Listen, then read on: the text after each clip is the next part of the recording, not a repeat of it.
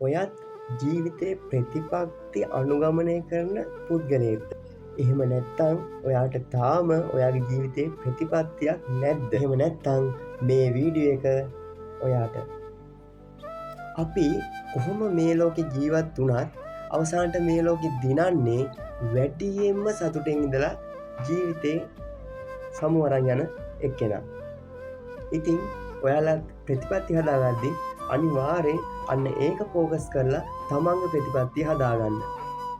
තාම ඔයාගේ ජීවිතේට ඔයාට ප්‍රතිපත්තියක් නැද්ද? එහෙනම් අපි දැන් මේ ප්‍රතිපත්තියක් ඔයාගේ ජීවිතේට හදාගමු.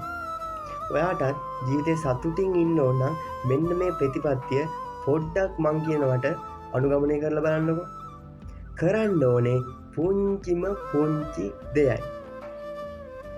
තමන්ගෙත් අනුන්ගෙත් සතුට වෙනුවෙන් තමන්ටත් අනුන්ටත් අයහපතක් නොවන ඕනම දෙයක් ඔයාගේ ජීවිතේ කරන්න.